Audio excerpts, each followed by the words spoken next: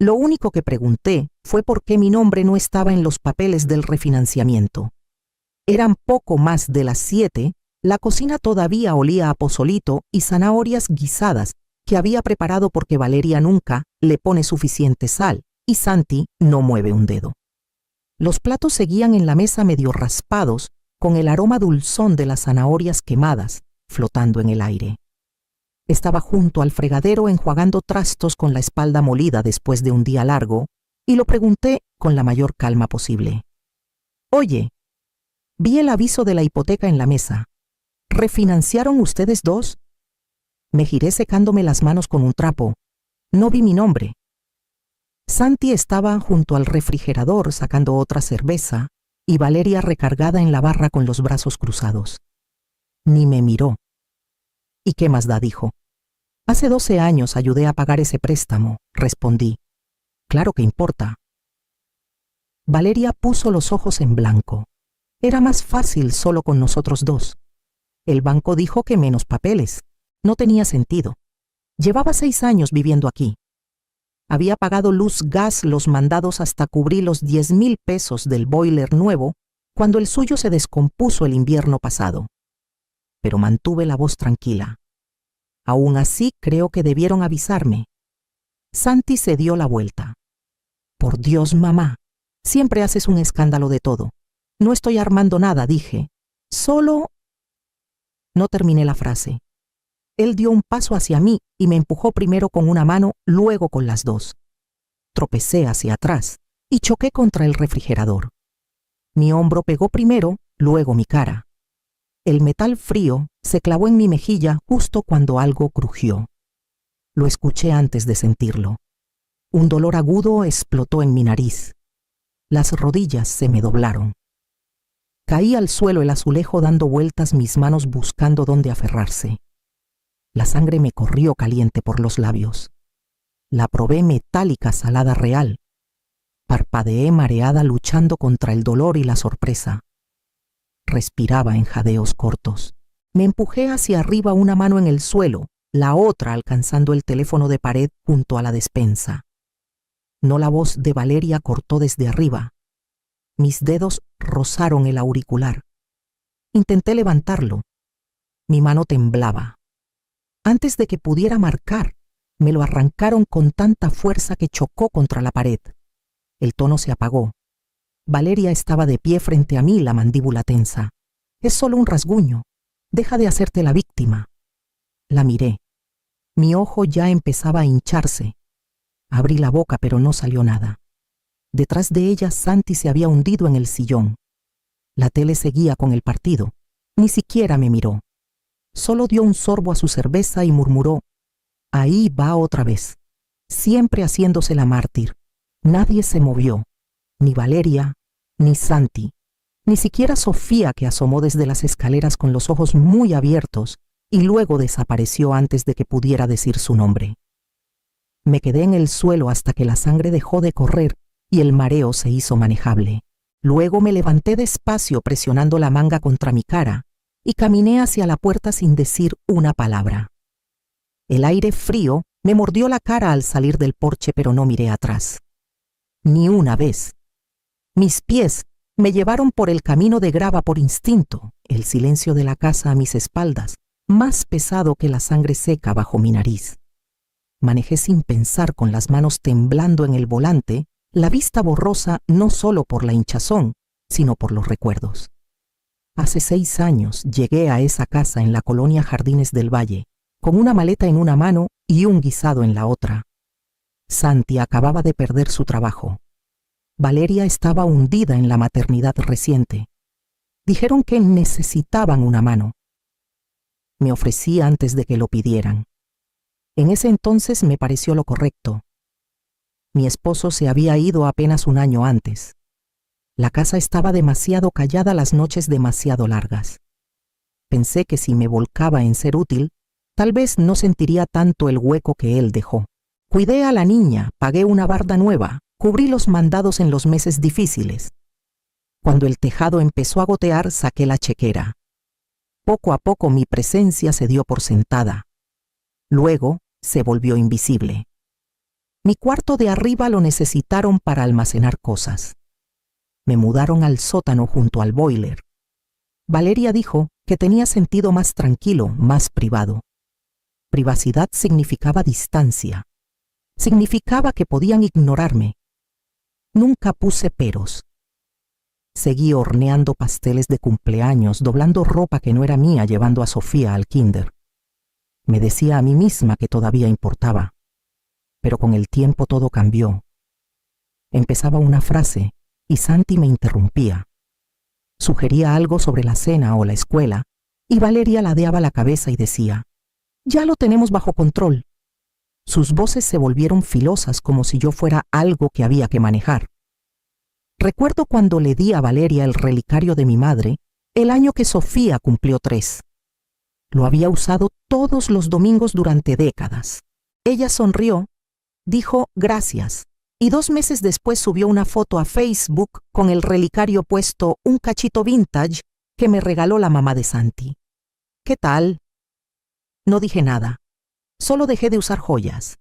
Ahora, al estacionarme frente al porche de Betty, con los faros iluminando el rocío en los escalones, me di cuenta de que llevaba años saliendo de esa casa pedazo a pedazo. Esa noche solo lo hizo definitivo. No llamé a la policía. Ni siquiera me puse hielo en la cara hasta que salí de la casa. Empaqué despacio con cuidado una muda de ropa, mis medicinas, la foto de Sofía en su graduación de kinder y la vieja bolsa azul que no tocaba desde el último funeral. Me detuve en el tocador y saqué una toalla, envolví unos hielos del congelador y me los puse en la cara. La nariz me latía en oleadas. No dejé una nota. No tenía sentido. La puerta principal se cerró con un clic sordo. No hubo pasos detrás de mí. Nadie me llamó. Hasta la luz del porche se quedó apagada. Manejé hacia la única persona en la que confiaba para no pedirme explicaciones, Beatriz Morales, mi vieja compañera de turnos en enfermería, la única que no se alejó después de que me mudé con Santi. Abrió la puerta en pantuflas y una sudadera enorme me miró y se hizo a un lado. No se sorprendió. No preguntó qué pasó. Me dio una taza de manzanilla y dijo: «Anota todo». Me senté en la mesa de su cocina todavía con el abrigo puesto y dejé que el calor del té descongelara el entumecimiento de mis dedos. El silencio entre nosotras no era incómodo, era permiso. Deslizó un cuaderno rayado hacia mí. Abrí la primera página y empecé a escribir. Comencé con la fractura. Luego añadí cuando Valeria tiró mi tarjeta de cumpleaños sin abrirla. El año que le dijeron a Sofía que no hiciera 2 dibujos para el Día de las Madres. Los moretones en mi brazo cuando Santi me agarró demasiado fuerte y dijo que solo fue un empujoncito. La gotera en el sótano que me dijeron que arreglara yo sola mientras ellos estaban de vacaciones en Puerto Vallarta. Pasaron horas. El té se enfrió. Mi mano dolía. Cuando por fin me levanté para estirarme, abrí mi bolsa para sacar unos calcetines y encontré entre recibos viejos y un cepillo de viaje la tacita de barro que había traído de la casa de mi madre hace 6 años. Estaba rota por un lado. A la mañana siguiente me senté con el cuaderno abierto otra vez, la tacita rota a un lado. No podía dejar de mirar esa línea quebrada tan limpia, tan definitiva. Como si se hubiera roto una vez y nadie se molestó en pegarla. Volví a la lista. Los moretones eran solo la parte más visible. Las heridas de verdad eran más calladas. Como cuando Valeria olvidó incluirme en la junta escolar de Sofía, aunque yo había sido quien la ayudó con su lectura todo el semestre. Llegó a casa sonriendo, me dio un volante sobre una noche de lecturas que no sabía que existía y dijo: «No necesitabas estar ahí. Era más para los papás». O la mañana que pregunté por el refinanciamiento, no la que terminó en sangre, sino la primera vez meses atrás. Dije con suavidad que pensé que habíamos acordado discutir las decisiones grandes juntos. Santi soltó una risita y dijo: «Te preocupas de más. Siempre has sido medio frágil». Esa palabra se me quedó en el pecho como piedra. No era solo lo que dijo, sino cómo Valeria asintió como si confirmara algo que ambos ya creían. Seguí escribiendo. Cuando Valeria le dijo a Sofía frente a mí: «No le hagas mucho caso a las historias de la abuela. Solo le gusta que la gente sienta lástima por ella». Sofía se veía confundida mirándome con esos ojos grandes e inseguros. Tenía 5 años, y había más. Tantos pequeños desprecios que antes parecían malentendidos o días malos. Pero ahora, puestos en papel, el patrón era innegable. No me olvidaban, me reducían, a propósito. Me necesitaban callada, agradecida, dependiente, pero nunca igual. Leí las páginas de nuevo más despacio. El cuaderno empezaba a llenarse de una verdad que no me había permitido nombrar hasta ahora. Esto no era decepción. No era una relación tensa. Era algo más frío, más calculado.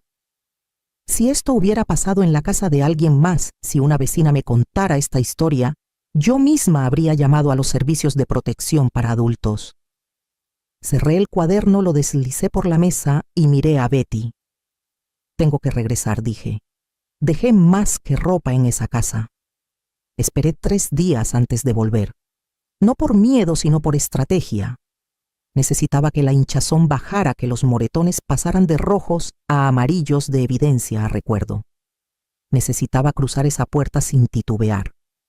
Cuando toqué el timbre, Valeria abrió con una sonrisa demasiado tensa para ser sincera. «Mira quién decidió volver a casa», dijo haciéndose a un lado. No la corregí, vine por mis cosas. Santi estaba en el sillón, con el control remoto en la mano, los ojos fijos en la tele. Ni siquiera levantó la vista. Valeria señaló hacia el pasillo. «Trata de no tardarte todo el día. Sofía está durmiendo». Pasé junto a ellos, a través de la cocina, donde el olor a limpiador de limón pesaba en el aire como si hubieran intentado borrar el recuerdo. Al acercarme a las escaleras vi un movimiento fugaz cerca del zócalo. Sofía asomándose desde atrás de la baranda. «¿Estás bien, abuelita?», susurró con los ojos muy abiertos, la voz apenas audible. Luego, como si alguien la hubiera entrenado para no esperar respuestas, desapareció. En el sótano fui directo al estante junto al tocador viejo. La tacita de barro estaba ahí volteada como si alguien hubiera intentado que pareciera intacta. Pero vi el nuevo desconchón cerca del borde filoso y limpio. Alguien la había dejado caer. La puso de vuelta como si nada, igual que a mí. La guardé en mi bolsa envuelta en un trapo viejo. Arriba me detuve en la orilla de la cocina. Santi apagó el sonido del partido y por fin me miró. «Hablé con un abogado», dije con voz firme. «Necesito claridad sobre los papeles del refinanciamiento y me quedaré en otro lado hasta que eso se resuelva. También pedí un inventario de todo lo que se compró con mi dinero». Santi soltó una risa corta, incrédula. «¿Estás bromeando, Valeria?», ni parpadeó. «No armes otro drama. Es agotador». «No vine a armar nada», dije. «Vine a terminarlo». Me giré hacia la puerta, pero antes metí la mano al bolsillo interior de mi abrigo. Apreté el pequeño botón de la grabadora apagado. Lo había captado todo. Voces, tonos, desprecios. Salí al frío con la bolsa pesada en el hombro y las palabras ya formándose en mi mente para lo que tenía que hacer después.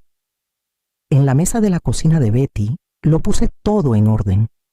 Las fotos fueron lo más difícil. No tomarlas, sino mirarlas. Mi cara hinchada y amoratada con el refrigerador de fondo. Parecía otra persona. O tal vez la versión de mí que había estado protegiendo todo este tiempo. La que nunca se defendió. Betty me ayudó a organizarlo en secciones: reporte del incidente, documentación de lesiones, aportaciones financieras, notas históricas. Ella ya había hecho esto antes para otras mujeres, otros mayores. No se inmutó cuando le di el resumen de urgencias. Fractura de hueso nasal, hinchazón, consistente con trauma contundente. Lo añadió al archivo sin comentario. La grabación de mi última visita fue al archivo digital. La risa de Santi, el desprecio de Valeria, mi respuesta tranquila. Claro, frío, innegable. Luego vino la carta de mi terapeuta. No le había dicho a Betty que seguía yendo, pero iba cada mes, a veces más cuando podía pagarlo. Mi terapeuta escribió claro: la cliente ha experimentado patrones de control coercitivo, aislamiento emocional y daño psicológico, creciente en un arreglo doméstico dependiente. Leí esa frase 2 veces, luego otra más. Las palabras eran profesionales frías, pero sentían como si alguien por fin hubiera visto el cuadro completo y dicho sí. Esto es real. Betty se recargó, cruzó los brazos y dijo: «¿Estás lista?». Luego abrió su laptop y mostró un documento etiquetado como vivienda local, emergencia nivel 2. Ya había hecho averiguaciones. No supe qué decir. Ni siquiera lo había pedido. Ella sonrió. Hay un departamento en la calle del Sol, una recámara, luz natural, parada de camión afuera, y puedes pagarlo. Fruncí el ceño. ¿Con qué me dio un sobre? De la cuenta que abrimos a tu nombre hace 6 años. ¿Olvidaste el seguro de vida, Luz Helena? Miré el saldo. No era mucho, 150,000 pesos, pero era suficiente. Suficiente para irme, suficiente para quedarme fuera. A la mañana siguiente firmé el contrato y recogí las llaves. El departamento olía a pintura fresca y polvo. No había muebles ni calor. Pero cuando me paré en medio de ese cuarto vacío con el archivo contra mi pecho, sentí algo que no había sentido en años. Control. Puse la tacita de barro en el alféizar de la ventana y abrí el cuaderno otra vez. El salón de la parroquia de San Antonio olía a café recalentado y guisados de kermés, el tipo de aroma que te abraza quieras o no. No planeaba ir, pero Betty dijo que la comunidad necesitaba verme. No escondida, no golpeada, presente. Me quedé al fondo con el abrigo en el brazo justo cuando Valeria subió al estrado con esa sonrisa fingida que también manejaba. Habló sobre el cuidado de los mayores, lo difícil que era cuidar a un padre envejeciendo mientras criabas a una niña. Usó la frase familia mixta como si fuera una medalla. Vi a la gente asentir. No lo hacen fácil, dijo con una risita ligera, pero lo hacemos con amor. Algo en mí se rompió limpio. Di un paso adelante. Nadie me detuvo. Mis manos no temblaron. Caminé directo al micrófono. Me llamo Luz Helena Vargas, dije con calma firme. Hace 6 días en la cocina de la casa que ayudé a mantener mi hijo me rompió la nariz. Todas las cabezas se giraron. Mi nuera me arrancó el teléfono cuando intenté pedir ayuda. Me dijeron que estaba haciendo un drama. Metí la mano a mi bolso y saqué 2 hojas dobladas, una foto, un reporte médico. Las puse en el atril para quien quisiera verlas. Así se ve ese tipo de amor. El salón se quedó en silencio. Ese silencio que crece y crece hasta que se convierte en un sonido propio. Luego, una voz del fondo baja, pero clara. Eso es abuso a personas mayores. Otro murmuró. Algo no me cuadraba. Una mujer cerca de la mesa del café se tapó la boca. Un oficial en el pasillo fuera de turno, pero uniformado por apariencia, dio un paso adelante y preguntó si estaba dispuesta a dar una declaración. Asentí. Mi voz no titubeó. No lloré. No porque no doliera, sino porque por fin lo había nombrado. Al girarme para irme vi a Valeria congelada junto al ponche con los ojos fijos en los míos, su sonrisa desvanecida. Santi no estaba. Afuera el aire se sentía diferente, como si algo hubiera cambiado en los huesos de la ciudad. A la mañana siguiente, recibí una llamada de la enfermera de la escuela de Sofía. La llamada llegó justo después de las 8. La enfermera de la escuela de Sofía, amable pero firme. Notamos un moretón en su hombro, dijo. Cuando pregunté de dónde venía, dijo, papi se enoja cuando la abuelita contesta. No hablé de inmediato. Sentí que se me cerraba la garganta. Para el mediodía, Servicios de Protección Infantil estaba en la línea. Querían programar una visita a mi nuevo departamento, no al de ellos. Valeria ya los había contactado. Dijo que yo estaba envenenando la mente de la niña. que había plantado historias que la había puesto en contra de su familia, pero yo tenía la grabación, la del día que regresé a la casa. La silenciosa, la que apenas se notaba a menos que escucharas con atención. La voz de Valeria cortante y baja. Las lágrimas de tu abuelita son puro ruido. Llora para que le hagan caso. No necesitas escucharla. Entregué todo grabaciones el testimonio de mi terapeuta, una página de mi cuaderno, detallando cada vez que Sofía se estremecía cuando alzaban la voz en la casa. Ya no era solo por mí. La investigadora habló con Sofía por separado. No sé qué dijo, pero al final de la semana recibí una carta nombrándome tutora temporal hasta que el caso se revisara por completo. Fui por ella después de la escuela. No hizo preguntas cuando la abroché en el asiento del copiloto. Miró por la ventana callada, abrazando su mochila contra el pecho. Esa noche no quiso cenar, solo chocolate caliente. Lo tomó de la tacita de barro desconchada que aún no había movido del alféizar. La dejé. Después de que se durmió en el sofá con las rodillas bajo mi vieja colcha, me senté junto a ella, con los papeles del juzgado en el regazo, y susurré. Ahora estamos bien. La audiencia era en 3 semanas. Me puse un vestido gris sencillo para la audiencia, nada ostentoso, solo limpio y discreto. En mi bolso envuelta en un trapo, llevé la tacita de barro desconchada. El juzgado era pequeño, más funcional que formal. Valeria estaba en la mesa del fondo, toda líneas pulcras y tono cortante. Santi a su lado encorvado, con los brazos cruzados, los ojos opacos. No me miró ni una vez. Cuando fue mi turno, me levanté despacio, caminé al frente y sostuve la tacita. Esta tacita ha pasado por 3 generaciones de mujeres en mi familia, dije. Ahora está rota. La dejaron caer, la desconcharon, pero sigue guardando calor. Sigue sirviendo, así es el amor. Sobrevive a lo que intenta romperlo. La puse con cuidado en la orilla de la mesa. Intentaron romperme, dije con voz firme, pero no dejaré que la rompan a ella. Valeria soltó un bufido corto. Su abogado le puso una mano en el brazo, pero ella se lo quitó.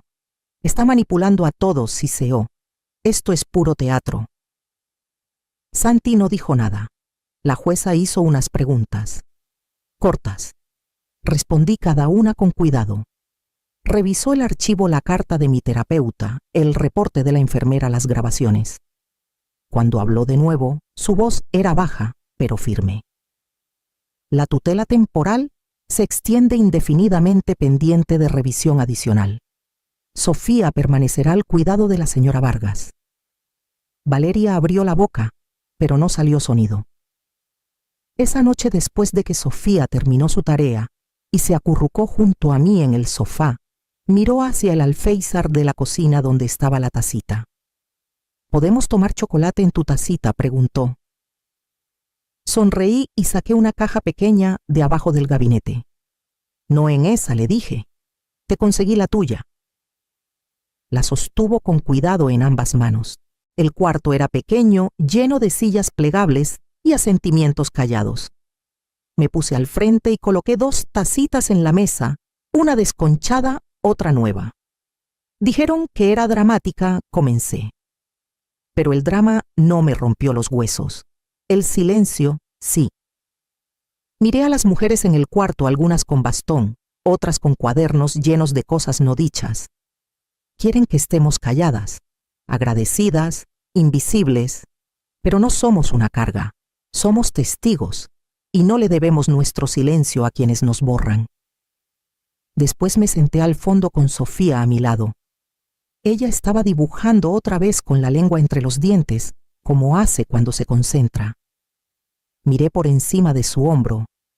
Había dibujado 2 figuras, una alta, una pequeña, ambas con coronas.